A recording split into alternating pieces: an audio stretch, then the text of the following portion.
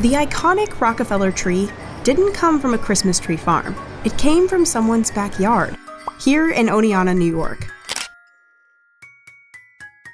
The industrial winter, inside the world's massive Christmas tree factories. The image of a perfect Christmas tree, symmetrical, lush, and glowing with light, is a cornerstone of the modern holiday season. But while the finished product evokes feelings of nostalgia and nature, its origin is a masterpiece of high-speed industrial engineering. Every year, global factories produce over 100 million artificial trees to meet a skyrocketing demand. This is a 365-day-a-year operation that merges advanced polymer science, high-tensile metallurgy, and complex logistics. To understand how a pile of plastic pellets and steel rods becomes a holiday centerpiece, we must step onto the factory floor and examine the microscopic precision behind the industrial winter. Phase 1. The core metallurgy, engineering the trunk and hinges. The foundation of any artificial tree is its structural integrity. Unlike a natural tree, which relies on biological lignin, an artificial tree must survive decades of mechanical stress. Repeated folding, heavy ornamentation, and the vertical load of its own weight. Steel sourcing and cutting. The process begins with raw, hollow-core carbon steel tubing. These tubes arrive in massive bundles, often 6 meters in length. In the first stage of the factory, high-speed automated circular saws or fiber laser cutters slice these tubes into specific modular sections. A standard 7.5-foot tree is typically divided into 3 distinct segments: the heavy-gauge base, the midsection, and the tapered top. The bracket and hinge system. And the most complex part of the trunk is the hinge bracket. These are the mechanical joints that allow branches to drop into place automatically. Factories use high-pressure metal stamping machines to create these brackets from flat steel sheets. Each bracket is precision engineered to a tolerance of 0.5 millimeters. If the hinge is too loose, the branch will sag. If it is too tight, the consumer won't be able to fold the tree for storage. Powder coating and curing. Once the trunk and hinges are welded together, they undergo a multi-stage cleaning process. The steel is dipped in an alkaline degreaser and a phosphate wash to ensure the surface is chemically ready for bonding. The sections then enter a powder coating booth. Unlike liquid paint, which can drip or peel, electrostatic sprayers apply a dry powder, usually a mix of polyester and epoxy resin, that clings to the metal. Phase 2. The needle revolution, PVC versus PE technology. The visual soul of a Christmas tree lies in its needles. In modern manufacturing, there is an ongoing technological war between 2 distinct plastic processes: PVC and PE. PVC, polyvinyl chloride. Production, the classic fringe.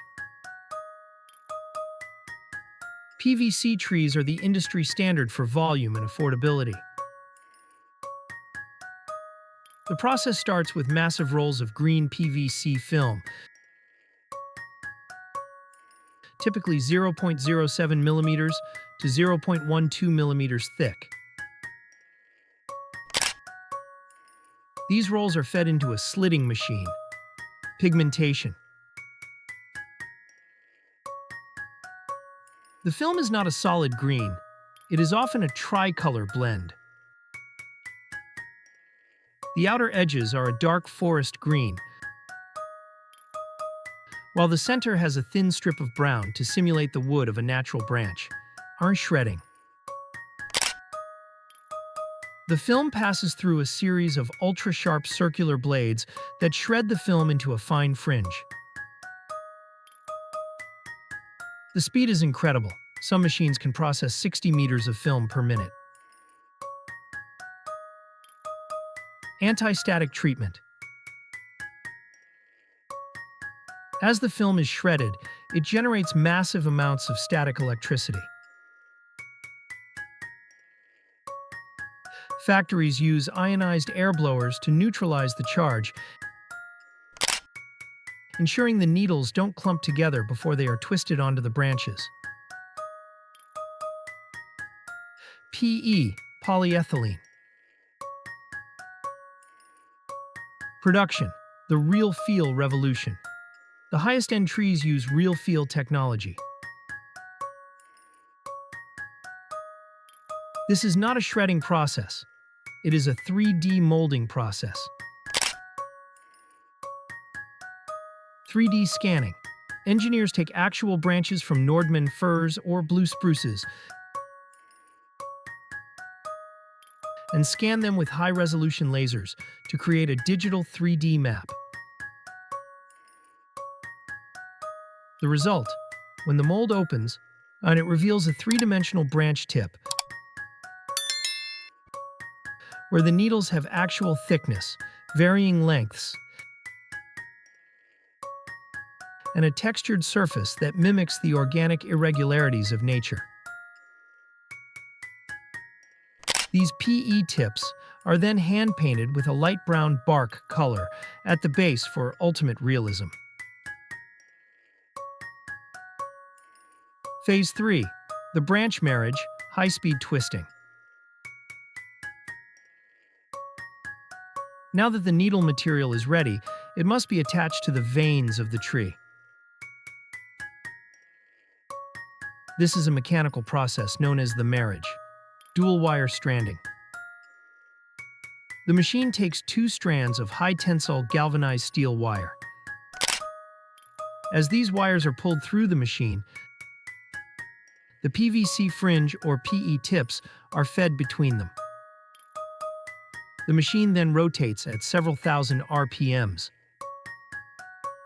This twisting action traps the needles in a permanent spiral grip. The tension must be perfectly calibrated. And too much tension and the steel wire will snap. Too little and the needles will fall out when the consumer fluffs the tree. For mixed media trees, the machine is programmed to alternate between PVC fringe for interior density and PE tips for the outer visible edges. Tapering and cutting. As the continuous endless branch emerges from the twisting machine, it passes under an industrial shear. For the bottom of the tree, the shears cut the branches long, up to 30 inches.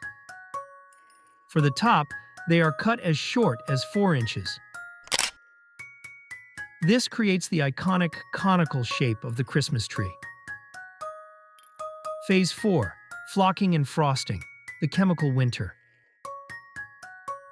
Many consumers want a tree that looks like it has just survived an Arctic blizzard. This look is achieved through a process called flocking. The flocking formula. E-flock is a mixture of 3 primary ingredients: cellulose, pulverized paper or wood fiber that provides the snow volume, starch, a natural adhesive that acts as the glue, Boron-based flame retardants. To ensure the added material doesn't become a fire hazard. The spray booth. The assembled branches move on a conveyor belt into a massive humidified spray chamber. High-pressure nozzles blast the branches from 360 degrees with a slurry of flock and water. The starch activates upon contact with the water, creating a bond that, once dried, is incredibly strong. Curing and drying. The flocked branches move into a flash-drying tunnel. Using infrared heat, the moisture is evaporated in under 2 minutes. This ensures that the snow stays fluffy and doesn't collapse into a flat, wet paste. For glitter frosting, a secondary vibration system shakes microscopic polyester glitter onto the wet flock before it enters the dryer. Phase 5. The pre-lighting lab, the electrical nervous system. The most labor-intensive part of the factory is the lighting department. A pre-lit tree is essentially a massive three-dimensional electrical circuit. LED sourcing and color matching. Factories source LEDs by the millions. However, LED color can vary between batches. To prevent a tree from having one yellowish section and one bluish section, the factory uses a spectrometer to bin the LEDs into exact color temperature ranges, typically 2700 Kelvin for warm white. Hand wiring and integration. While much of the factory is automated, wiring is often done by hand. Specialized workers use pneumatic wire wrappers to weave the copper strings through the branches. The goal is wire invisibility. The wire must be tucked tightly against the steel branch core so that only the light is visible to the consumer. The burn-in test. Every pre-lit section undergoes a burn-in test. The section is plugged into a high-voltage rack and left on for 4 to 8 hours. This stress test identifies infant mortality in the LEDs, the small percentage of bulbs that fail immediately upon use. If a section passes, it is tagged with a QC, quality control passcode. Phase 6. Final assembly and quality inspection. Before being boxed, the tree is fully assembled for the first time on the factory floor. This is a massive forest of thousands of trees undergoing final inspection. The shake test. An inspector grabs the tree and gives it a vigorous shake. They are looking for shedding.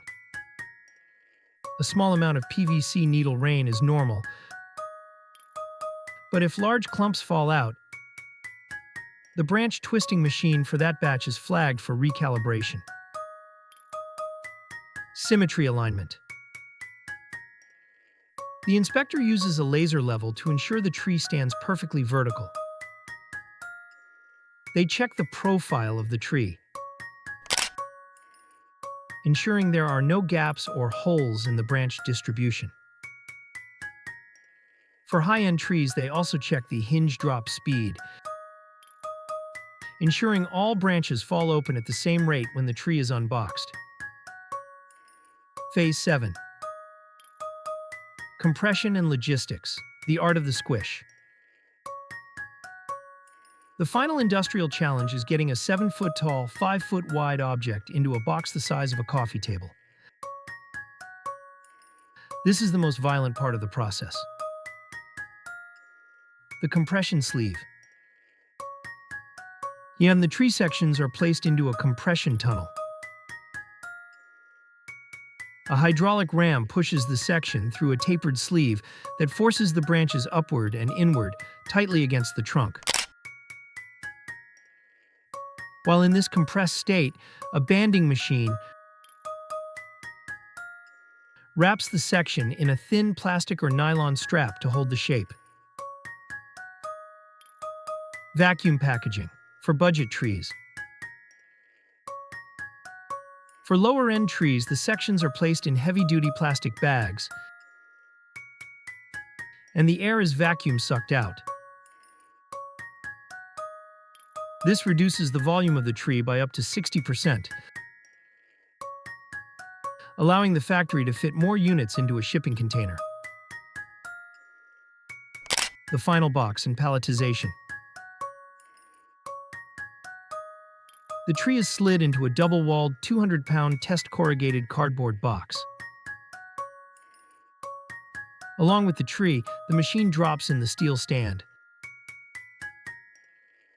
The remote control for pre-lit models, and the instruction manual. The boxes are then palletized by robotic arms and loaded into 40-foot high cube shipping containers. A single container can hold between 300 and 500 trees, depending on their size and density. Phase 8, the global countdown. The logistics of Christmas tree manufacturing are a race against the calendar. Production usually begins in January. By June, the peak season is in full swing, with factories running 24/7. By September, the containers are on the water, crossing the Pacific or Atlantic. By November, they are in the distribution centers, ready to be shipped to your doorstep. The Christmas tree factory is a place of contradictions. It uses the most aggressive industrial processes: welding, chemical leaching, high-pressure injection molding, to create an object that represents peace and tradition. And it is a multi-billion-dollar industry that proves that even the most natural of holidays is supported by a massive, high-tech industrial backbone. Behind every needle and every light is a story of metallurgy, polymer chemistry, and robotic precision. The industrial winter is a 365-day-a-year miracle that ensures that when December 25th arrives, the world is ready to glow.